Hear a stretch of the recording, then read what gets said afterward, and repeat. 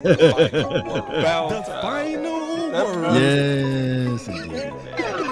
Music changed over the course of the years, you know. It ain't like it used to be. Man, you killed me with that DJ voice, man. This is brought to you by the Pound Town, the final word. I can't say the rest.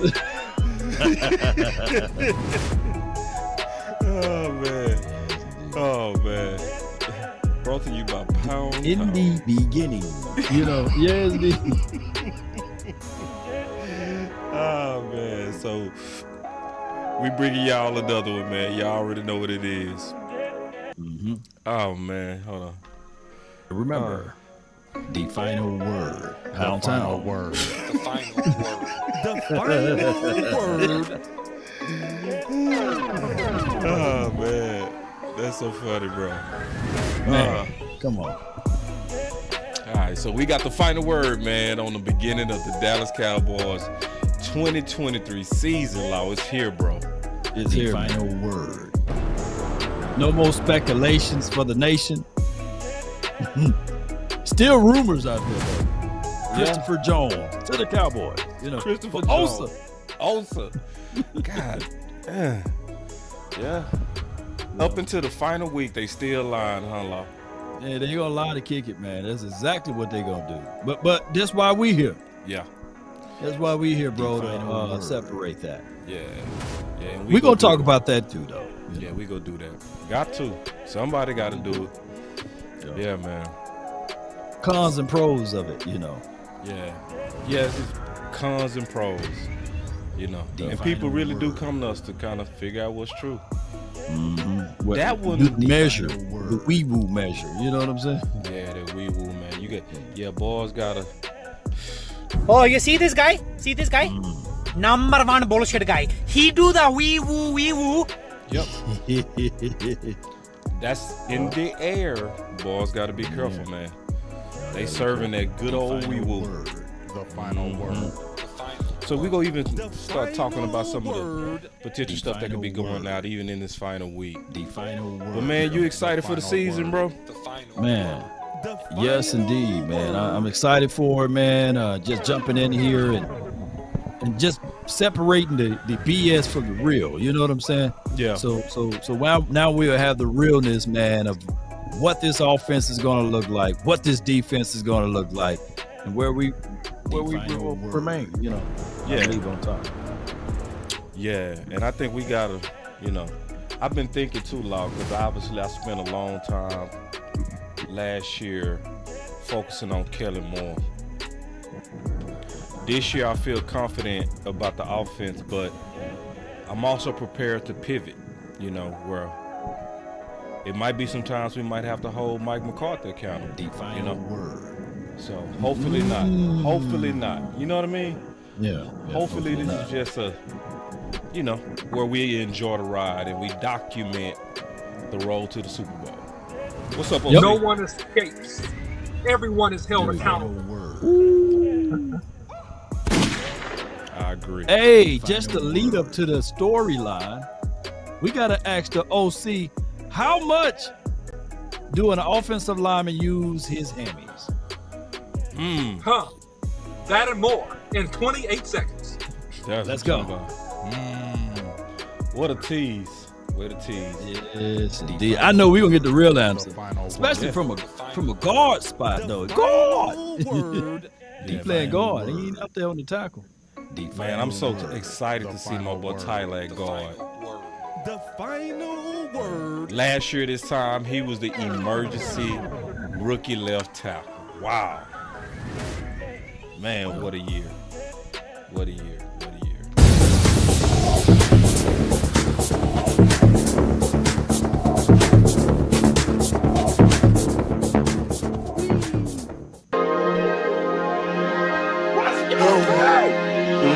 I just wanna run it up. Count a check or something. I've been really in the field, let up.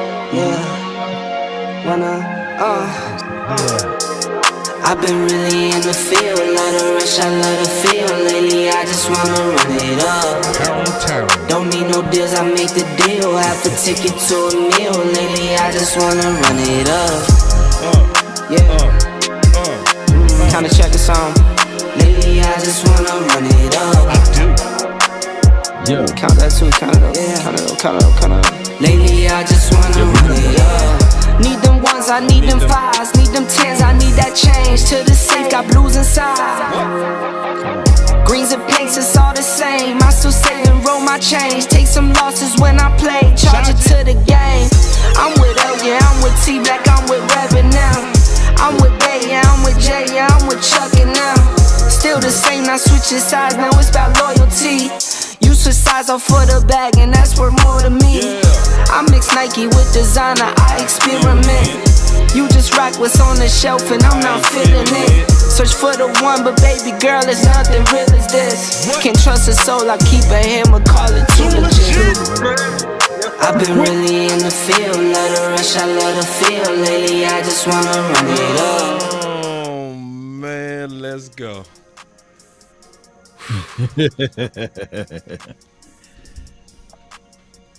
Oh, you want me to do it? Okay, I got you. I got you right here, bro. I got you right here.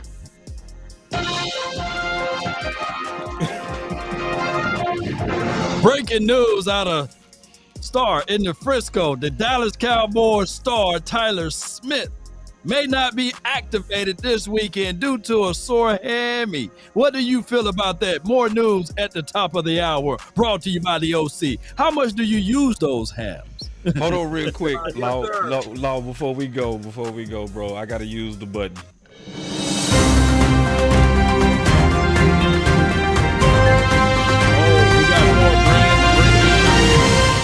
Right out of Arlington, Texas. We got DOC live. Yes, sir. So, reporting, gentlemen, on Tyler Smith's strained hamstring. That is right. MRI has confirmed he has a strained hammy. Listen, Tyler Smith needs rest. A lot of this stuff is overusage and just not proper stretching and things like that.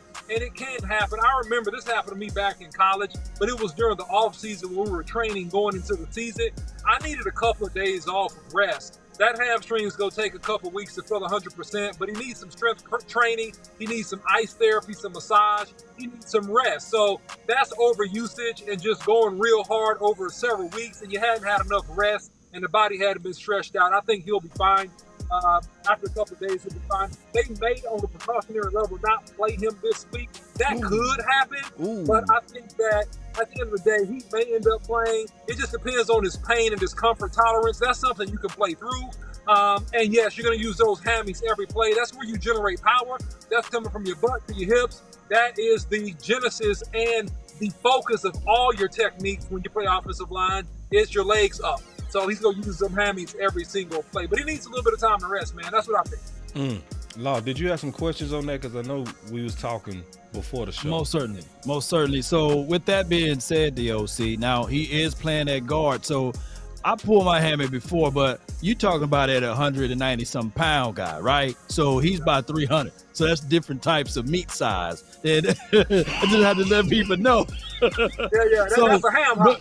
That's a ham hock. You know what I'm saying? So different categories of meat. So I'm gonna say this right here: when you running, I'm a fast twitch guy, right? So you can feel it when it's about to pull all the way through. So you alleviate it. So by being at a guard spot, you swatting, you sitting down, and on top of that, the Cowboys, they're going to need that because you got Dexter Lawrence, you got Leonard Williams, you got big boys that's down inside that's going to be going up against them. So you thinking that it would be better for the Cowboys to just rest them for 2 weeks because you got big boys on both sides, the Jets next week and the Giants this week. So do you foresee TJ Bass or Awesome Richards, who should be in that spot to give my guy Tyler Smith that rest?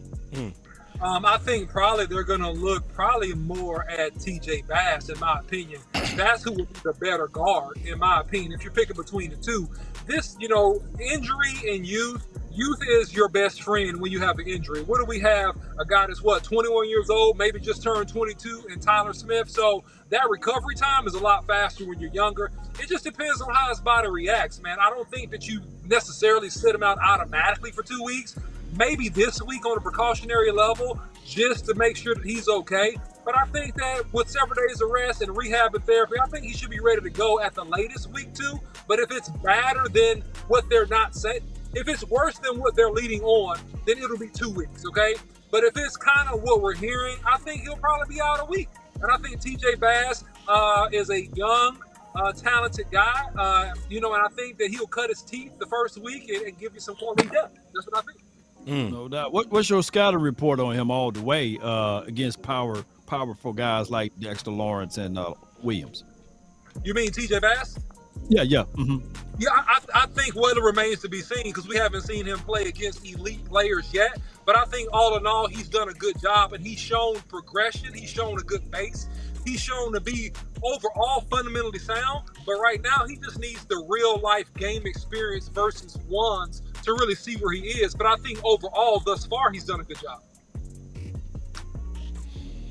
Yeah, man. So Law had a question, and before the show, All right. playing on that offensive line, what's the chances of him being able to play through that OC?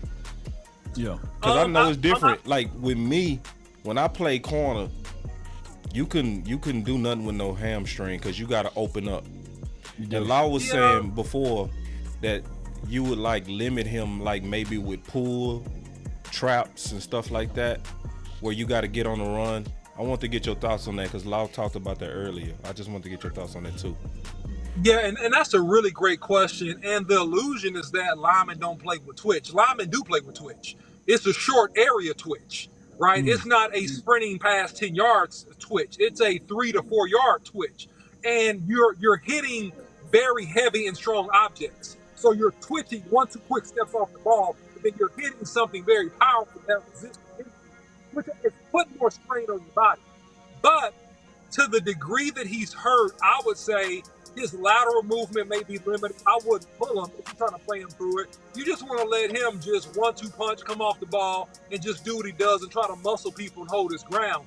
But it's something he could play through.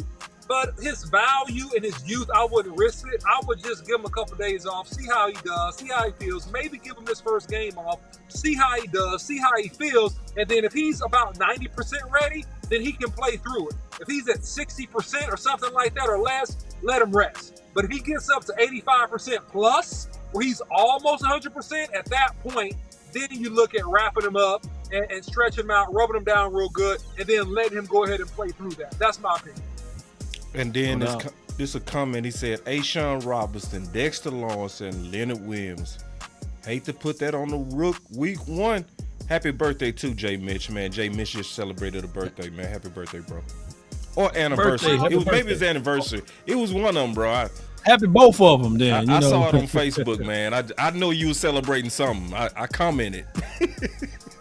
But go ahead, OC. Yeah, so, I mean, at the end of the day, man, this is why you have an offensive line unit, right? And it's not predicated on just one position.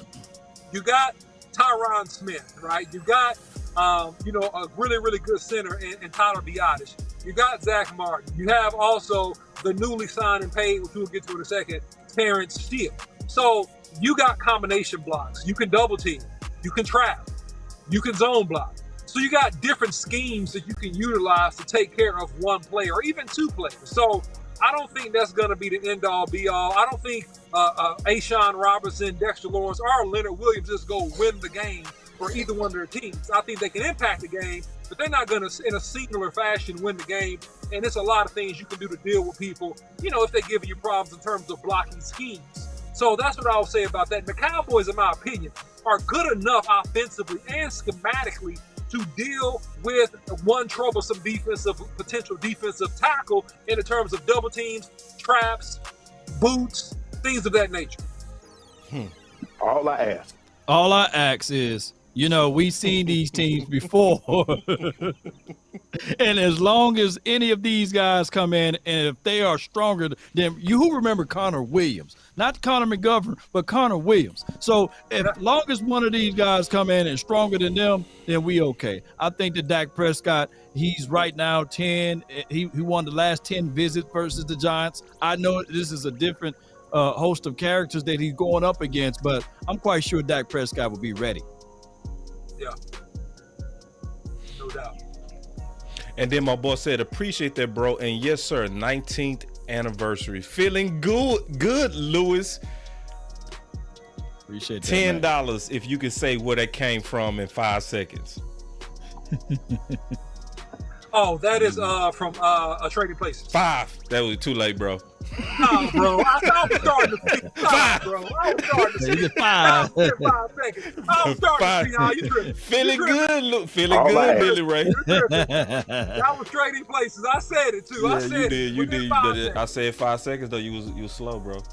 Nah, bro. Yeah. They said my guy Banks over here in the comments says that it's only a grade 1 hamstring. So they say he should be able to recover in a few days. Now, the good news is that the Cowboys didn't practice today, right? So they practice tomorrow, and they'll be back on the field. So maybe we will see him working the cores with Brett Brown, right? And then we will see whether or not they could update him as far as a game day decision from there. So hopefully, man, it's the light grade hamstring, and then they can roll it out, like you said, OC.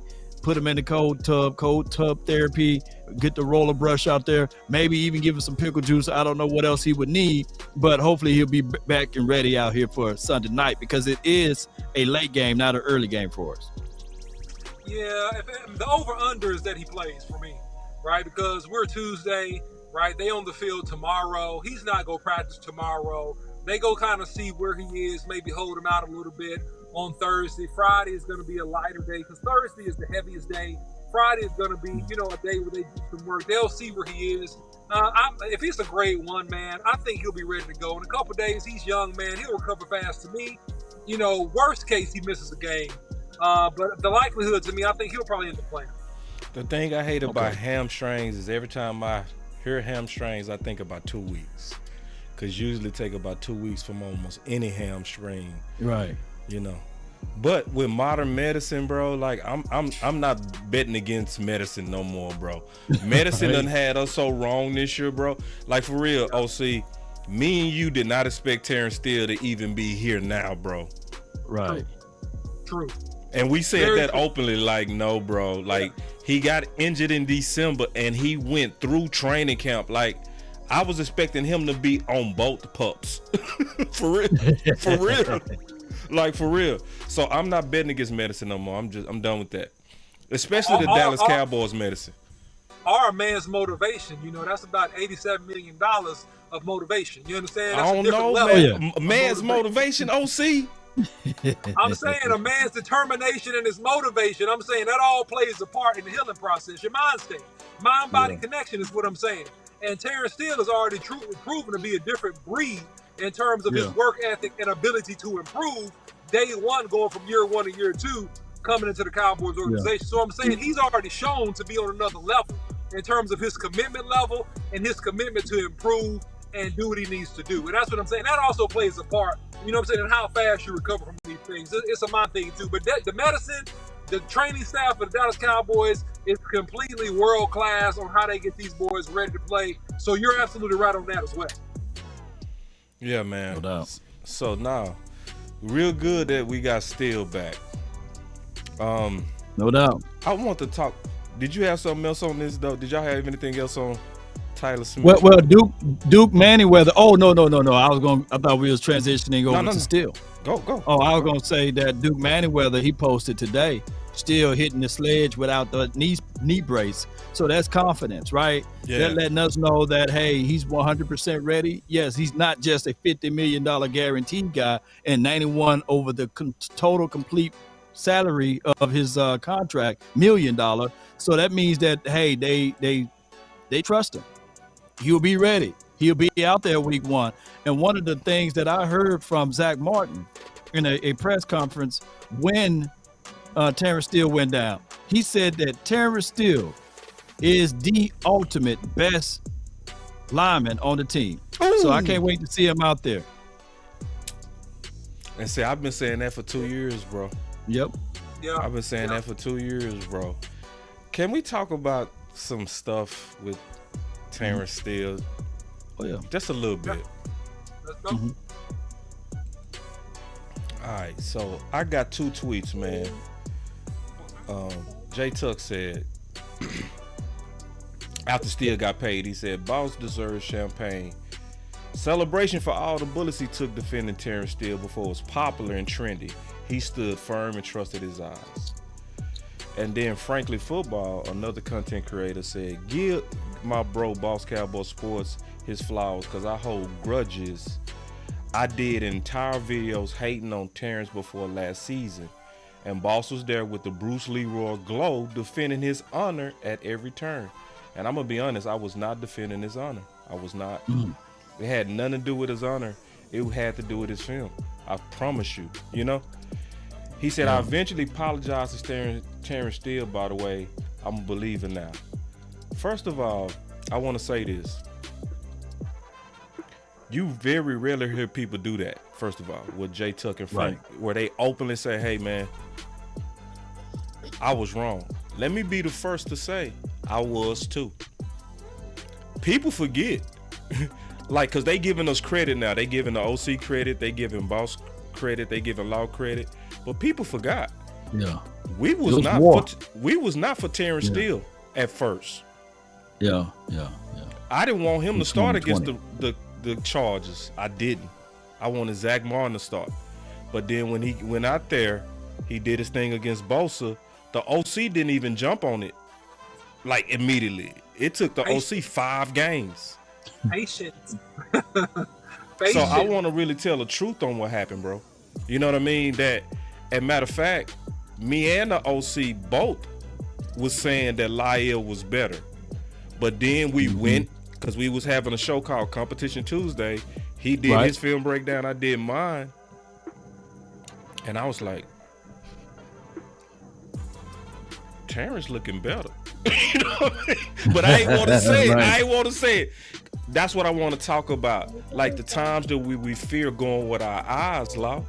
Can we talk about that? Like, why are we afraid to say what we see as a Cowboy Nation? And then why do we take long when we do see it? Can you talk about that?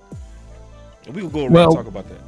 Well, when we first looked at it, you know, the glowing person was Lyle Collins, right? Yeah. He was the guy that got paid that big money, but he was also a guy that didn't take advantages of the situation. Right. When the pandemic year hit, he blew up. He blew up about 30, 40 pounds more, right? Yeah. And then he had the car wreck or what have you. And I'll never forget the OC said, hey, he's going to have to lose that weight, you know, because he said he's going to have to lose that weight. And what happened was the inverse. Terrence Steele that offseason, he increased. He got some type of an award for most improved player during the offseason. And he came in tip-top shape. And then after that game or what have you, everybody was looking at it like, hey, Terrence looked pretty good out there, you know? Yeah. But there was still a great divide in the nation because people were so gung-ho that this dude was a Pro Bowler. And I'm talking about Lyle Collins. So it took a great view of tape and watching and seeing what we were seeing with our eyes to say, hey, this dude is good. This dude is great. And he deserved to have that role because he didn't sully it. But so many people were so gun-ho on Lyle Collins that it kind of muddied the waters with Terrence Steele, and they didn't give that guy the best footing for 2021, which we the ones that paid the price on it. Because you guys, I know I'm long-winded with this, but this is my final point. It's good. Go ahead. You guys were right on the money when you did your analysis and you did your homework and you found out that this brother, when Ezekiel Elijah Elliott ran on his side, absolutely was averaging 5.5 yards or something like that per run. And y'all was saying, yeah, let's continue to keep Terrence Steele out there juxtaposed to Lyle Collins. Yeah. Homework. Look at that homework right there. Oh yeah, I was ready. Look at that homework, man. I ain't know you was ready like that, dog. Look at that, my dog ready over there. Come on with it. Hey, yeah. Big said a long time ago. After a while, you start knowing when that bounce pass is coming. Yes. Before indeed. you can finish your sentence, that's how good of a team we are on the final word. I mean that too, for real. Hey, I'm with the degree. I'm gonna jump in one more time. Go for it. We beat the San Francisco if we had. I was just getting ready to say that, Law. I'm taking all of the nuggets. Because that's what I was getting to, bro. That's what I was getting to. And see, because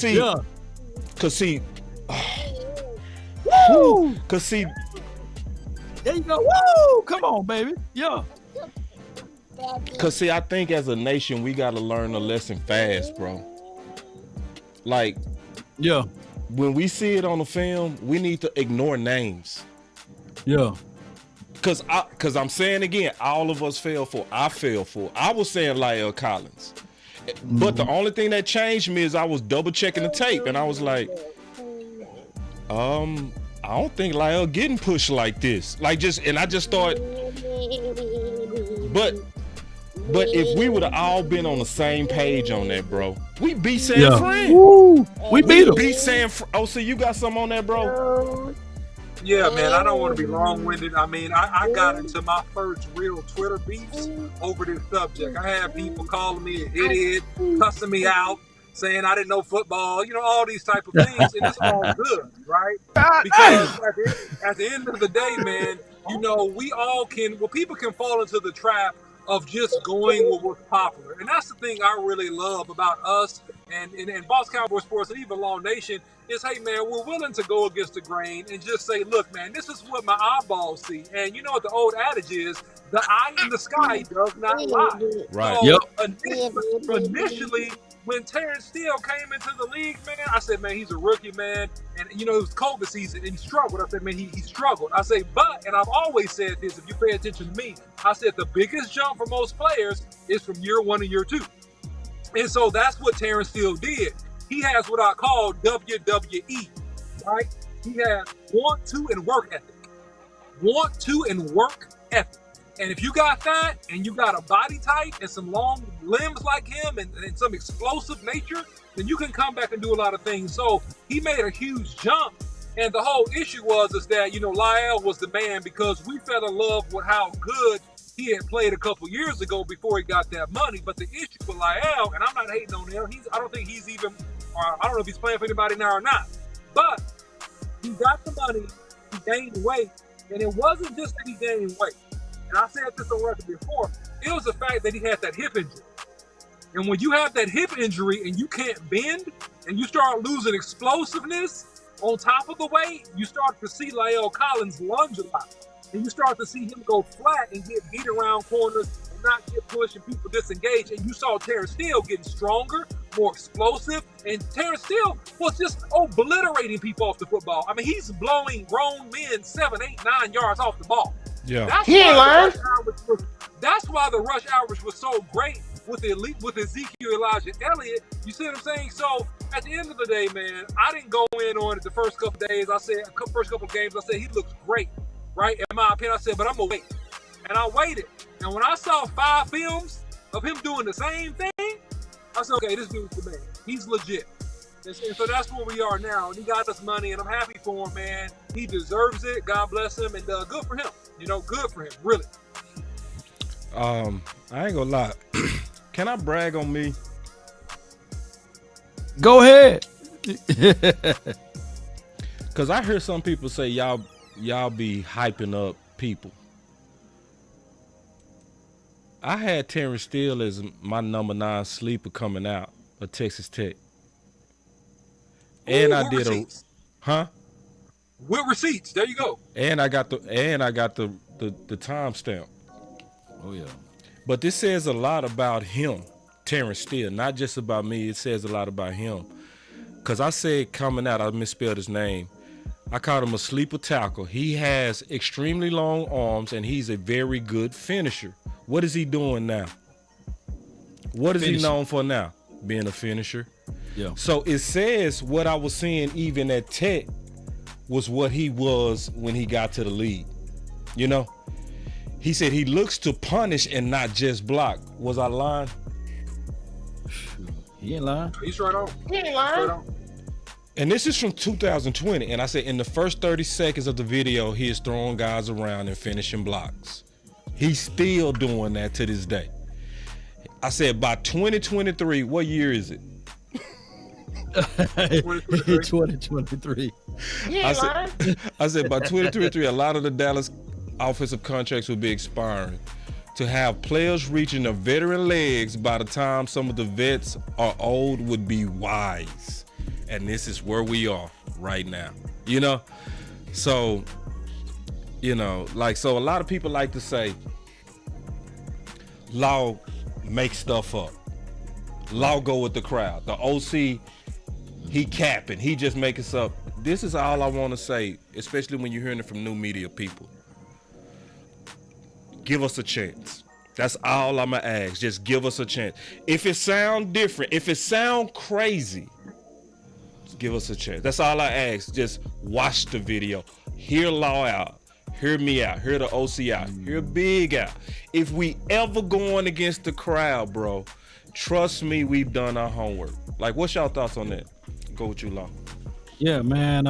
It's odd when you go against the crowd, right? And that's what new media is all about, because we hear it. It's all pumped out the old media of ways that you got to fit into a character. You got to say the same thing, and that's what we are hearing from the 4-letter, the 3-letter network. Oh, the Cowboys, they are an accident waiting to happen. Hey, they haven't done things in 27 years. This is the Cowboys. This is who they are. This is who they forever will be. No, when you look at the tape, turn it off, block out all of the old stuff of the old media ways, and then see it with your own natural eyes. Those receipts, man, I'm so glad that you said the other show that you're going to start going back and doing those books, because now you see how they validate the truth, right? And the truth, the thing is with the truth, it takes its time. It's slow, but it's ready and steady. The lie will travel all around the world and the globe. Shout out to you, Coach Marv. Yeah, you were one of the truth seekers out there for Terrence Steele, right? And he was calling out La'el Collins about his hip and about his weight and about his willingness to get out there and do things. So yeah, man, continue to do that. And we are seeing it with our natural eyes now that the truth, hey, it's going to come around, and it's going to come around at the right time. And lo and behold, we still got to fight on the other side of the truth now, Boss and the OC. And the other side of the truth is about this doggone contract. It's a good one. I heard people saying, oh, man, the Cowboys shouldn't have paid Terrence Steele. Bullsugar. Now, y'all go ahead with it, because I know y'all got the numbers. I know your OC. I know you got them numbers. And then also, before you go, Amp with the super chat says, stay right even when the crowd goes left. That need to be a shirt, bro. For real. Stay right even when the crowd goes left. I'm gonna talk about this some more after you get through, OC. Yeah, man. I mean, at the end of the day, man, listen, you know, in terms of content and in terms of football education and just real evaluation, you know, we are probably the closest thing you're gonna get to a purist. You know, I can't speak for everybody. I'm gonna speak for myself on this one. I'm not saying nothing about nobody. I'm a purist. I call it like I see it. I'm gonna tell you what I see. I'm giving you real evaluations. I don't have a dog in the hunt. I don't have an axe to grind with anybody at all whatsoever. So I'm gonna give it straight. I'm gonna give it exactly what I see, how it is, every single time, all day, every time. As it relates to Terrence Steele's contract, look, his contract is roughly, you know, 5 years. You know, I believe 80-something, some odd million, can go up to $91 million, somewhere up in there. That makes him roughly on APY in terms of right tackles about the 7th highest paid on an APY average. That makes him top 4 to 3 in terms of total dollar amount. That's right where he should be. Now, had he hadn't got hurt with ACL and he finished out the season, he probably could have edged up that number by $1 million to $2 million in terms of average per year. But coming off an ACL injury, they've showed this man respect. They've given him a 5-year deal. They've given him a $50 million guarantee. He stays healthy. He's still young. He's going to realize all of that contract. And he's going to get a chance to enter into the market again right around the age of 30 years old. So this is fantastic for the Cowboys. This is fantastic for Terrence Steele. In my opinion, it's a win-win calculation and probability across the board. Yeah, man, super win-win. I want to say one more thing too, because this doesn't mean that we always get it right, because that's obvious that we don't. Right. But I want to say one thing that I always recommend doing, and I mean this, I'm going to put the camera on me when I say this. I really recommend, before you listen to crowds, always go dark on everything, you know? And it's going to help you. And what's going to happen in the long run, you're going to develop a confidence in yourself. Because I'm going to show y'all some stuff, not to call nobody out, but I kind of am, but not really. I'm not doing it like evil will. But this is from March 22nd, right?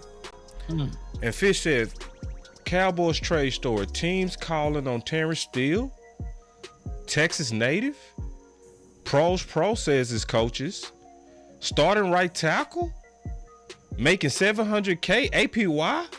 Why would teams even call on him? You know?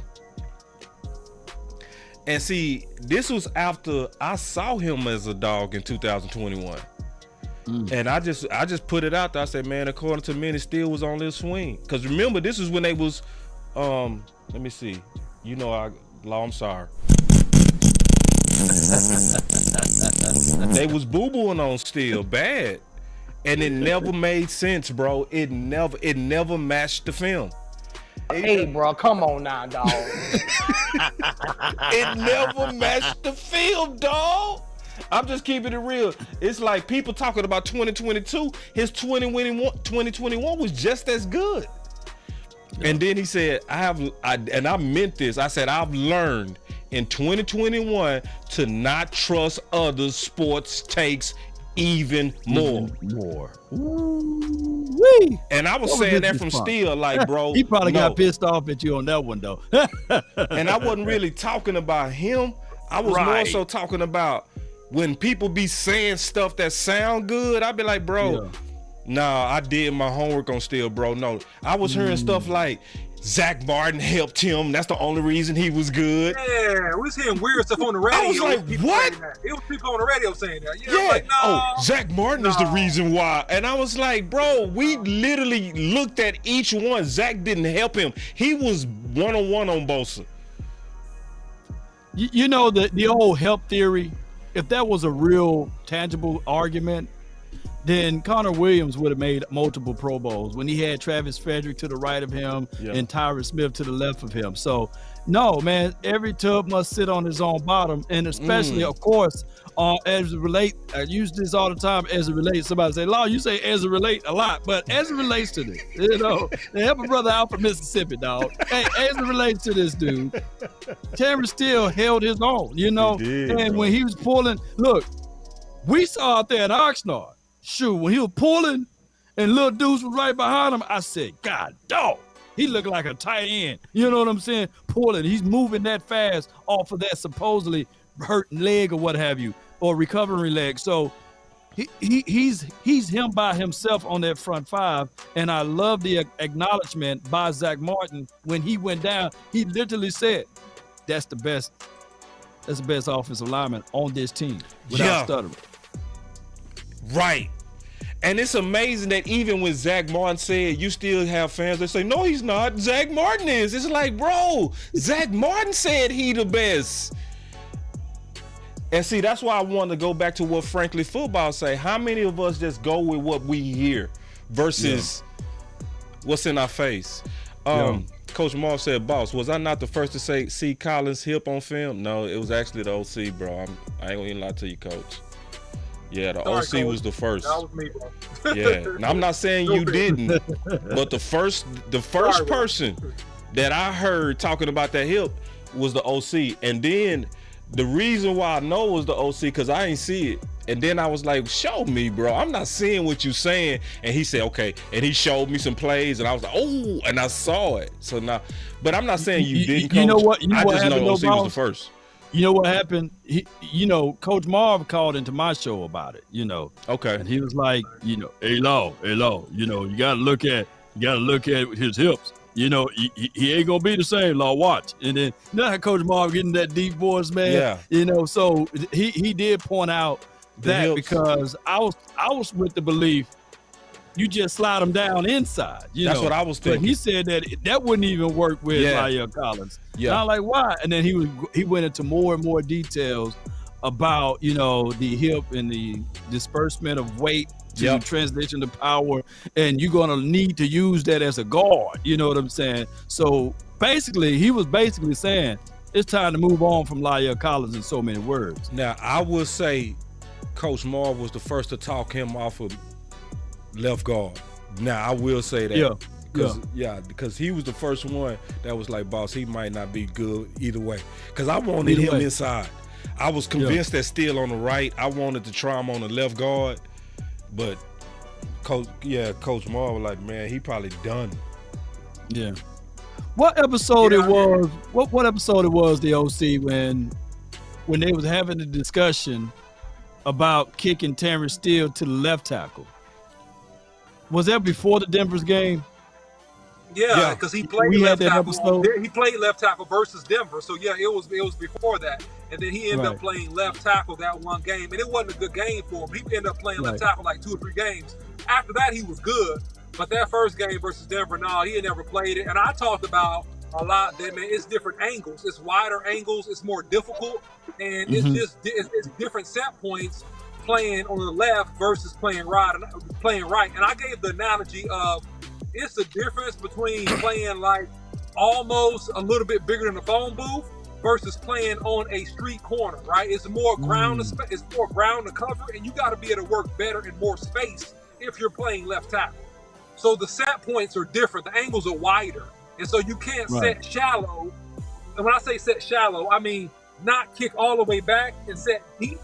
You can't do that at left tackle, because if you do that at left tackle, a guy gets to your hip fast. Speaking of hips, he turns the corner. It's a sack or a pressure. You know, you can set short going play side based upon when the ball is going to be released. If you play right tackle, you can almost jump set, or you can do shallow sets on guys and lock them out and watch them by the quarterback. You can't do it the same way if you're playing left tackle. And so that was the difference with Steele when he went over there. But he kind of worked it out after the first Denver game. So before you go, boss, I just have to say this just to, because I remember that conversation. Remember, I was talking to the OC and said, I don't want your future. He said that it would be good for us for right now to go through the growing pains and keep Terrence Steele at left tackle, and it's time to move on from Tyron Smith, right? Do you still believe that? Or do you believe that we should go into this next season and start looking for a foreseeable left tackle now? OC. So I don't remember saying leave Terrence Steele at left tackle. I was maybe speaking in context of that particular year. I always thought of that particular year. Yeah.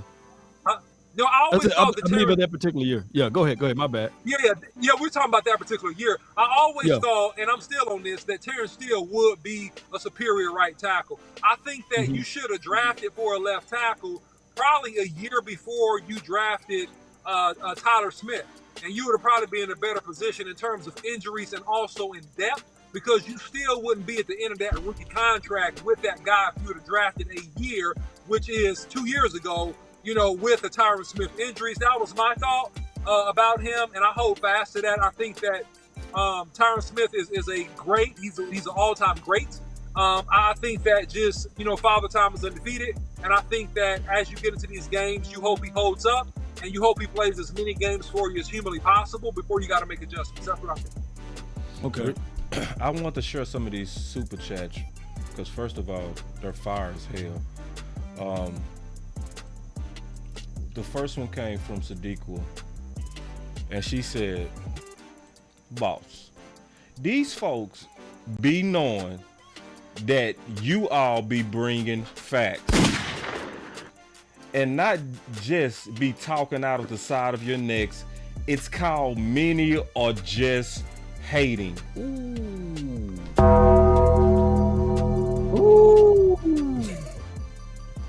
I hope you're wrong, but that could be the case.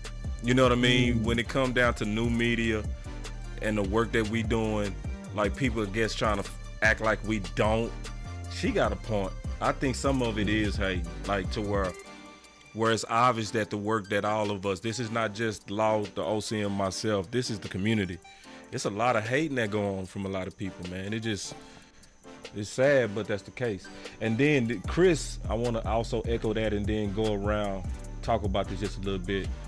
Chris said, another 5 super chat. He said, First Take and Undisputed got our fan base in a chokehold. Yeah.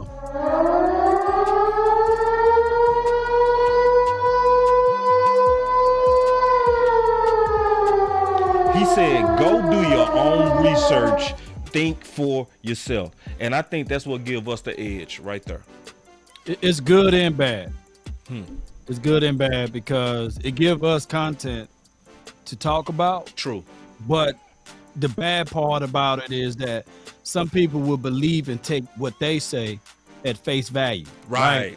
And that's the only thing, because they got millions upon million views that they pump out on the major networks, and it's up to us to defend, right? Yeah. And also to provide, whether or not it's woo or not. They do have some good valid points. Yeah, I like what occasionally. he said this morning, you know what I'm saying? Yeah. If this team is healthy, he foresee them winning 14 games, right? And Yeah. he talked about Tyler, you know what I'm saying? A bigger dish, you know what I'm saying? He couldn't say his name, so that let us know that he really ain't following the Cowboys like that, right? Right. But he's spitting the truth about the front five. If they can stay healthy and upright, this Cowboys team can get you by 14 games or more. Oh, I like this comment by Coach Marv. Not the first part, the second part. Because I was thinking this, Coach Marv, oh man, this is good. He said, boss, you was right. The OC was first. Our future left. Now, this is the part I like. Our future left tackle or left guard is in the building, Mr. Richards. Watch, wait, OC, I think that's at you, but that makes sense. And I like what he's saying. Yeah. I like what he's saying. I feel that too. Well, listen, back to what I said about Steele. Patience, because, Richards got to get better, man. He got to be able to man up versus wide speed rushers and maintain his base and strength by himself without help. He's not there yet. He has greatly improved from his play coming out of North Carolina. And if he continues to improve upon the clip that he has, I have no doubt he'll be a very good NFL starter. But he needs some time to cook. Do not take the pot roast out of the oven before it gets all the way tender. Okay, He said future. He said future to his defense. Yeah, and I understand. And I'm speaking to that point. I'm not saying he's wrong. Right. I'm saying future as in he needs to make the jump from year 1 to year 2. So let's wait until next year training camp to have this conversation. Right now, he's not ready. Right now, he's too vulnerable at the point of attack in terms of his strength and base. And he's not strong upon contact at the top of speed and power rushes. He gets turned and he gets ran through a little bit too easy, and he will get taken advantage of if you put him out there. But an off season of weight training and continued technique and hand placement, he should be a different player next year. So it's a very, very interesting prospect. I think it is very probable that he could possibly be the guy. It's probable, but we need to see the improvement on the field. And I would say the beginning part of next year, we got to look really, really closely at that. I feel good about him. Matter of fact, I feel great about him. I'm not really pushing back at what you said, OC. I just want to kind of maybe get your thoughts on this, bro. Go ahead. Because I remember one time we was going back and forth, and you said from an offensive lineman perspective that strength is the easiest thing to build on the offensive lineman. True. So when you kind of look at what our guys do going into year 2, especially working with Duke, it make me really co-sign heavily this super chat by Coach Marv. What would be your thoughts on that, Law and OC? I'll start with you, OC. Yeah, I think that, look, man, strength is the easiest thing to address, but you got to do a lot in terms of hard work and diet to make it happen, right? That's easier to address than athleticism. That's easier to address than any other nuance. And look, the good part about him is this. He has the physical tools in terms of athletic ability, right? In terms of the ability to really be fluid with his hands, fluid with his feet, all those types of things, right? And so that's what you really, really like, right? But he has to put in the work. Does he have, here's the only question, and then I'll stop. Does he have the Terrence Steele work ethic in terms of training from year 1 to year 2. Yeah. If he has that, we got something special. If he doesn't, then he won't make the big jump. There it is. There it is. That's fair. Let me play devil's advocate to you. Okay. Let's say the Cowboys draft DeJuan Jones or Osiris Torrance. Yeah. What will be our move? Ooh. DeJuan Jones, or you said who else? Who was the other person? Osiris. Ooh, okay. Osiris easy. Osiris, you leave Tyler Smith at left tackle, man. You plug and play Osiris at left guard. Yeah, That Jones. D1. Now, look, look, Jones, and I'll die on this hill saying this. DeJuan Jones is a good power player, but he's not a starting left tackle. So you draft this guy to maybe bump him inside and make him a power guard and make him a swing like a guard / backup right tackle. If you did not believe that Terrence Steele would be back, right? That's what you would do in that situation. But then you still have to fill the void or draft later in the draft to fill your left tackle needs. So that's the difference of both those picks, in my opinion. That's a good question on that D Jones. Because the mixing up of that offensive line doesn't look like today if we get D Jones. Even though D Jones looking real good at right tackle right now. You know, obviously we got to see how that plays out in the season, but still probably would have had to go inside. They did mention that, although it could be wee woo. You know what I'm saying? I'm pretty sure that was wee woo. Still inside. Yeah. So how comfortable do you feel about our future left tackle then? Because you have a lot of reservations on Awesome, you know, whether or not he's a guard or a tackle right now. From what I was picking up of what you were throwing out there, the OC. So look, my thought process is like this. I still think that today, long term, as it stands right now, Tyler Smith is still the best left tackle on your roster.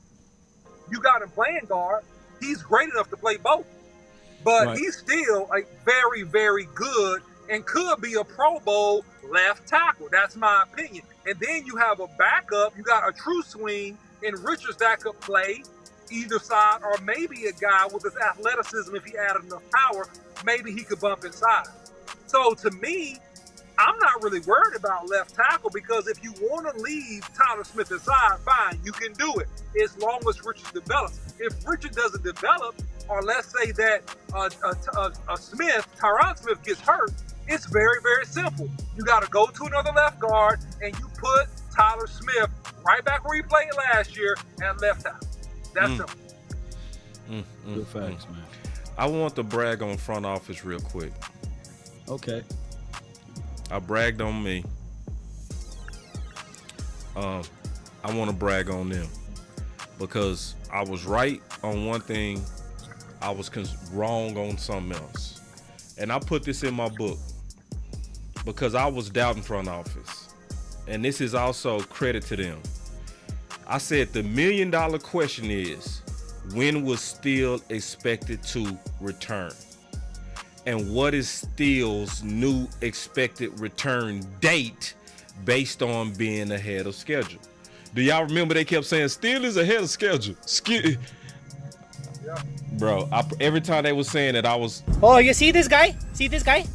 Number one bullshit guy. He do the wee woo. I was not believing it, Law. I was not believing it, you know? I said, for instance, if Steele is not expected to return until mid-November to December, it is safe to assume an early right tackle insurance plan should be a major priority of the 2023 draft.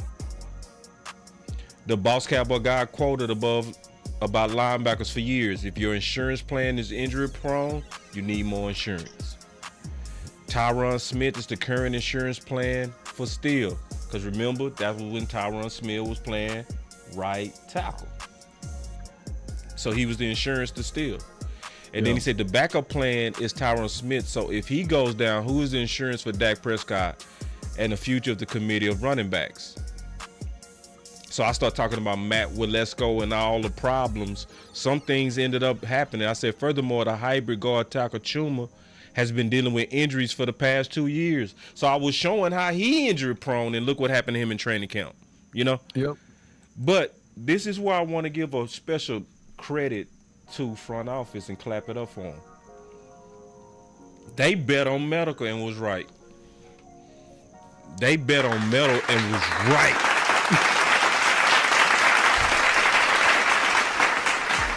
Like, anybody with a good sense of injuries and how long it takes to come off of ACLs, it was a few.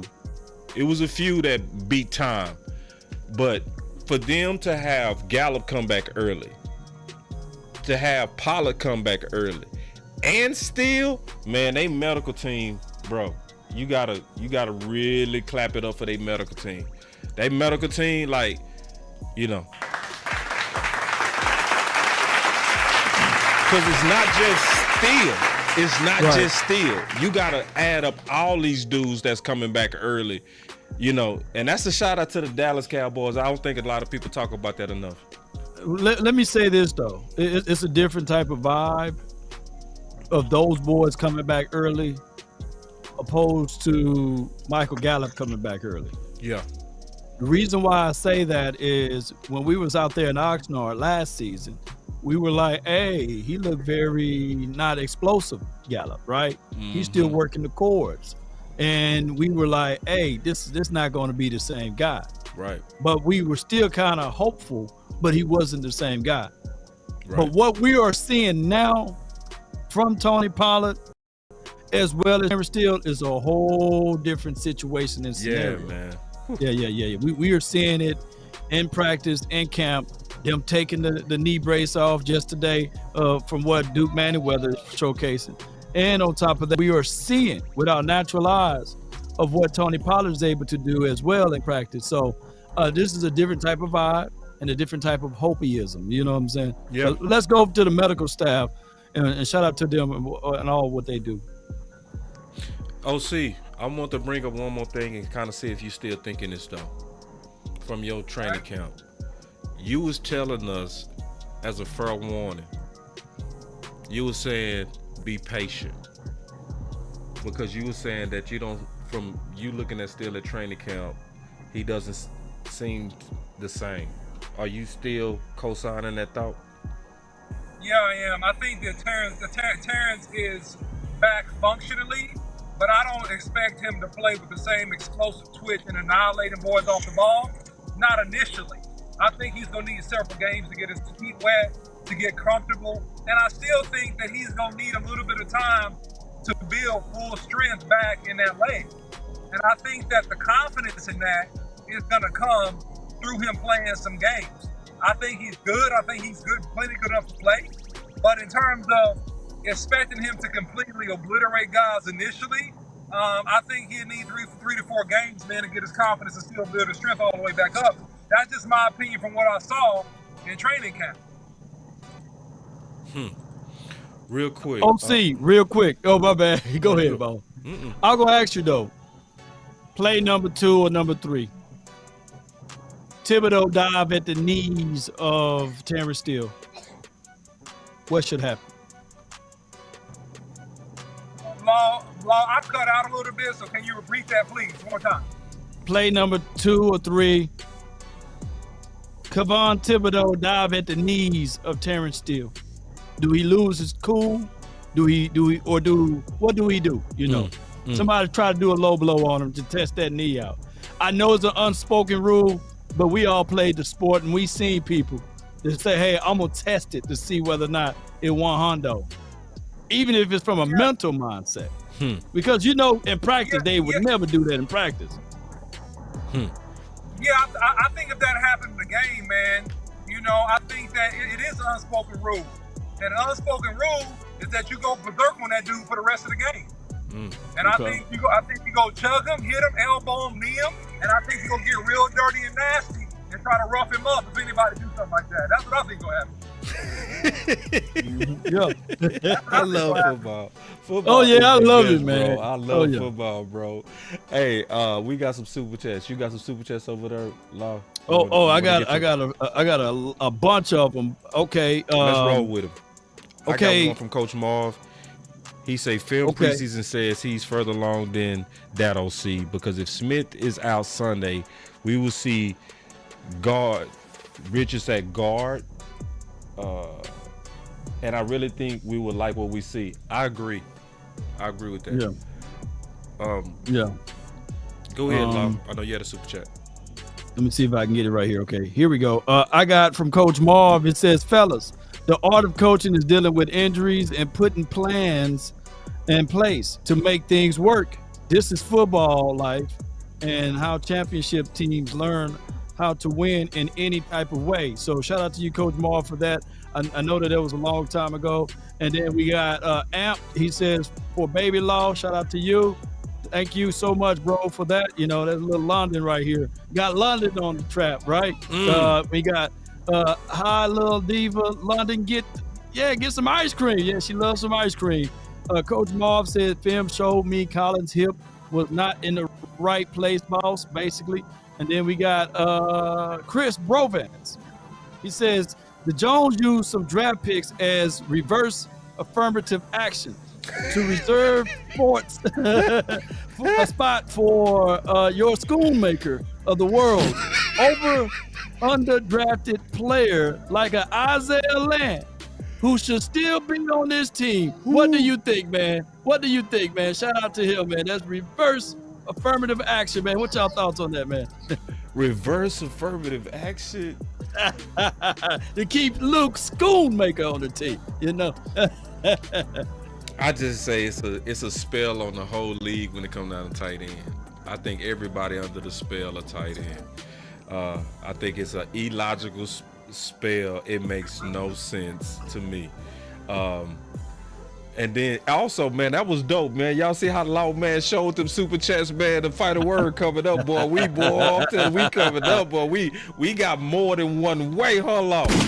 Man. One way or another, baby. I see, come man. on. So let me catch up these super chats, and then we'll get to our final thoughts, getting into the Giants. He said Torrance had horrible preseason film. Don't lie. I ain't even see Torrance preseason film. I'm sorry. I'll be capping, man. But I'm glad you did, Coach. Good eyes, you know. And then Pastor Tell said Darnell Wright would have changed the game. I do agree. I saw some tape on him. Yeah. What he look like? Just curious. Good, bad, average. I mean, he looked like he can position himself. He can find the areas. He's a tall target. Yeah. Now, here's the thing, though. By Luke Schoonmaker being hurt, and we didn't see the full work of Luke, I think that Luke will be a solid pick for us heading down to what we're going to do, because we're going to do those stretch zone run things. Yeah. Think about this. We are kind of sort of like the Niners to this degree. They got 6 running backs, 5 tight ends. That's physicality, right? They run a lot of 12 and 13 personnel. I think that we're going to utilize some of that big body packages with, dare I say, Luke Schoonmaker down the line. And the touchdown that we saw that he made the other day, I think we're going to see more of that. Yeah, London. Yeah, talk to him. Well, baby. London, she's a natural. Somebody tell London, you're a natural. Show him what you're reading right here, man. Look, you got to start London. him young right here. There we go. Ooh, the Cowboys, Yeah, ABCs. ABCs, man. They got all of the knowledge and the ingredients in there. Look at that, man. Look at that. Got all of this good stuff over here. This is a great book. Great book, man. Yes, indeed. I ought to have Law read time with the babies. You know what I'm saying? She a natural on camera too, man. She just like you, Law, man. She just eating up the camera, bro. Yeah, there you go. Look at it. There you go. Teach us, London. Teach us. Yes, Teach us football. Thank you so much. Show us another word. Show us another word. Now, here we go. Show us another one. Show it to him. Thank you, There London. we go. Ain't nothing but a G thing, baby. All right. Yes, indeed. Are we sleeping on these Giants, man? Oh, we haven't even talked about them today. We exactly.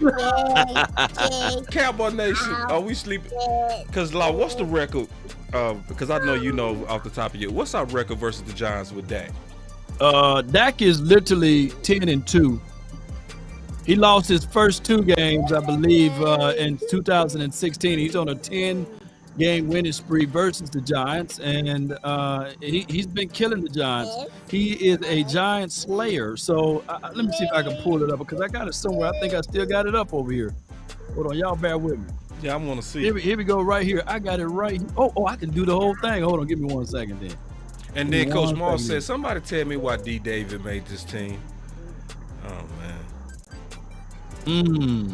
You talking about dirt in? No, he said D. David. I don't even know who D. David is. I'm trying to think. Who is D. David? No doubt. Who is D. Here David? we go. I got it right here. Dak Prescott has a passer rating of 99.4 with 3,147 yards, 23 touchdowns, 7 INTs in the 12th game versus the Giants. Here's what I got with the Giants too. Can you hear me, boss? Yeah. Oh, let me show. No, I didn't know you was showing. Oh, I didn't know you was. I was showing it to the nation. You know? My bad. Here we go. And that's okay. But here's what I got right here. The Giants got 2 rookie cornerbacks. Bless you. They got 2 rookie cornerbacks. So when we start to think about that, you got Brandon Cooks. You got C. Dangerous Lamb. You even got the likes of my guy Michael Gallup. Them boys about to cook on the outside. If we can give Dak Prescott a little time and a little relaxation, shoot, he's gonna eat.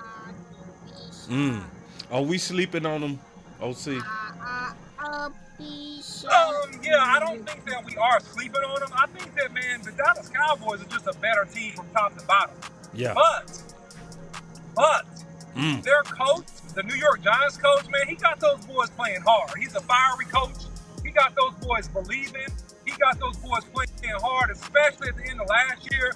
And so I think he's doing a good job with the roster that. So if we come out and we on our A game, man, there's no way the Giants beat us. But I think early in the game, it should be competitive. But as we go and we get deeper in the game, I think we're just a better team, man. The better players, better personnel, better coaches. I think we should pull away. That's my thought. I think Rome said it best. I think Rome said it best when we did the Super Show, DC Universe. Rome said, like, the Dallas Cowboys, they gonna likely play with a chip on their shoulder. I felt that. Because it's so much disrespect. Like, for us to be 12-5, are we treated like we 12-5? Are we treated like we didn't bring everybody back and build on top? They disrespect. I think Dallas game 1 gonna be locked in and angry. I echo that too, man. We're gonna be looking at a situation where it's Parsons. He's already geared up. He was just live on his Twitch page, and he was saying that, hey, everything counts this week, and we're gonna be ready because I want y'all to bring the energy. I know we got Cowboy fans all over the world. I'm paraphrasing for what he said. He said that we've been chomping at the bit to hit somebody new, and I can't wait to do that. And on top of that, look out for this offense. So let's go, man. Let's go. So this ain't a trap. Nope. No, it's not a trap game. I think the Cowboys will be ready. They're rock and roll. I just think it's an element of getting into a rhythm, getting those first game kinks out the way, and I think we run away with this game late. You know, and when I say late, I mean probably middle of the third quarter beyond, man. We run away with this game late. And we take care of business versus these Giants, man. I don't see them as being a big threat or problem. All right, man. So we finna get into our final words. Before we do, we supposed to have Brian Egon on, who's the coach of Brandon Aubrey. He said that he wanted to give Aubrey a couple of weeks before he come on. And I understand that. See, I could have lied and said we rescheduled Nah, I'm gonna tell you what he said. He said, I want to see how the kicker does. And it makes sense. Because keep in mind, oh yeah, I saw your super chat. He said Johns blitzed the most in the NFL. CD and Cook's gonna cook one-on-one. Yeah, I agree, one-handed bandit. And appreciate you calling my attention to that super chat. But yeah, I was saying though, like these guys, they train these NFL athletes. And when you have only so many of these guys, you gotta protect their mental. And I respected that. He was like, I want my kicker to be relaxed. I don't even want him to see me talking about kicking. I just want his mind right. So I just wanted to give y'all that we might reschedule, we might not. It depends on what happened with Brandon. But that's exactly what he told me, and that's and I'm gonna relay it to y'all. And I'm not gonna lie to y'all and try to cap like, oh no, we just rescheduled. Nah, he said he want to wait. And he thought about it. I was like, that's cool. So I just wanted to give y'all that before we get into our final words. Hey, before you get into that, I liked what he said about Jonathan Garibay. Yeah. And he didn't hold back, so yeah. When he was talking to us about, sometimes when kickers go south, they go south. Yeah. It's to the point of no return. Right. And sometimes he said that this Cowboys with the star on the side of the helmet. Yeah. It hit different. Sometimes it hits different. So that's why I was telling people that you can make $630,000 here on the practice squad and probably go to another team and get signed to their 53-man roster or get paid more money on the practice squad there. But eventually you will make more money here. If you think I'm lying, check out Benjamin Anthony DiNucci. People are still buying his hats. Yeah. It's true. Yeah. Yeah. Yeah. I mean, look. I just think that his coach is right, and I think that's really gracious and wise. First of all, I just respect it. I respect him not coming me too. home. You know me what I'm too. saying? I respect it. I love it. It's like, no, I want to do what's best for my player. The number one thing is what he said. It's mental. It's to make sure this guy's mental is correct and that he gets off to a good start and he has a good year. And I think that that's the number one priority, man. I think that dude should get hired again just based on that. And so I love what he said, and I think that if he starts off, he has a good start, he'll be on probably, right? He gets off to a good start, he'll be on. If he gets up to a bad start, he's probably not going to come on. And that's just what it is. And I respect it. He needs to protect his player. He needs to protect his player. And see, Law, he talked to us about Mayer, didn't he? He talked to us, And so, and Mayer just got cut. Now, how many of us were saying, we need to bring him back?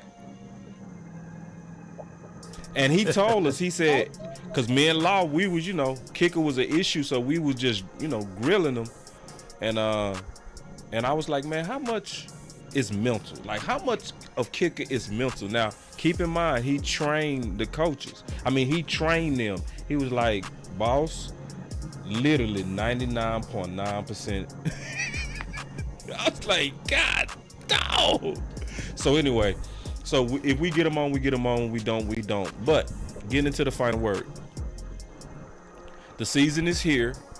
We're going to be giving you, obviously, a full year of preparing for the games that's coming, recapping after the games, and still focusing on ways to win. We have not had no major criticisms from Mike McCarthy, Dan Quinn, or anybody as of late.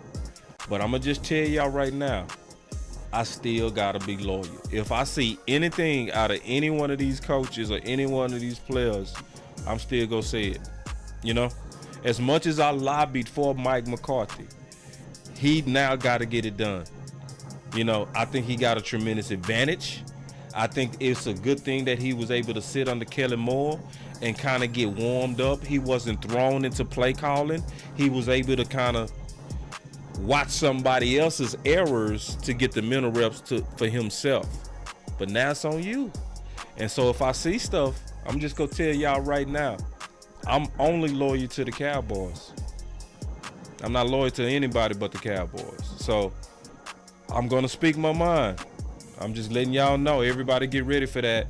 But I think this is going to be a season that we go greatly enjoy, that we going to mostly sit back and just document the Super Bowl run. That's my final word. For real. Yeah, man. I think I look at this whole thing like this: to the victor goes the spoils. And at the end of the day, the Cowboys have a chance to really be set up to be victorious and win a lot of games, win 14 to 15 games this year. That's how good this roster is from top to bottom. We got you to stay consistent and really just have the little things go right for us and have the coaches execute on the details of game plans for us to be successful. So we're going to give you real authentic content and feedback. Man, I was just finna clap it up for the OC's Wi-Fi too. I'm talking about going through a tunnel. Man, I was like, the OC Wi-Fi held up this show right into the end. I'ma still clap it up. His Wi-Fi did pretty good. Yeah, it did good. Yeah, that's real good for the OC, man. Yeah, no doubt, man. So my final word is with this though. We should be able to see the differences on how the Cowboys operate and look from a seasonal veteran guy calling plays, when to call plays, principles, schemes, concepts. We should be able to tangibly see those things now. Outside of that, everything else should be, we gonna still hold their feet to the fire if we see some of the same old things that we saw last year. Right. Just like 2nd and 2 and we go empty. We'll be like, hey, wait a minute. That means that was one of those plays that Mike McCarthy called, right? So we shouldn't be saying that at all, ladies and gentlemen. Right. So, hey, I want you guys to be really, really crunk heading into this week 1. And on top of that, let's go. Let's continue to grind. She want to do a yelling contest with me. She doing good. And she can't. Want you did she come up with that blocks? Huh? Did she come up with the blocks? Oh, that's the other one. She over there playing Roblox. She playing that. I got 2 girls over here, but she wanted to sing A B C. Oh, okay. E F G. Okay. You know. Okay.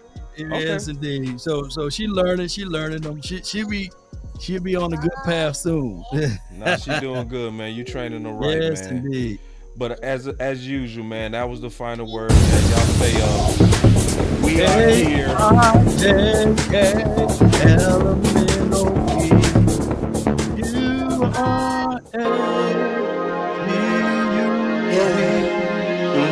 I just wanna run it up. YNZ. Now I know ABCs. Next time, won't you sing with me? Woo! Good job, boy. She killed, man. Yeah. What a singer. Yeah. She's such a singer. Kinda check the song. Let's go, baby. Let's go. Hey, count that too. Count it up. Come on. Lately, I just wanna run it up. Your ass Need them ones, I need them fives, need them tens, I need that change to the safe, got blues inside. Greens and pinks, it's all the same. I still save and roll my change. When I play, charge it to the game. I'm with her, yeah, I'm with T-Mac, I'm with Reverend now. Come on, baby. Yeah, I'm with Jay, yeah, I'm with Chuck and now. Still the same, now switching sides, now it's got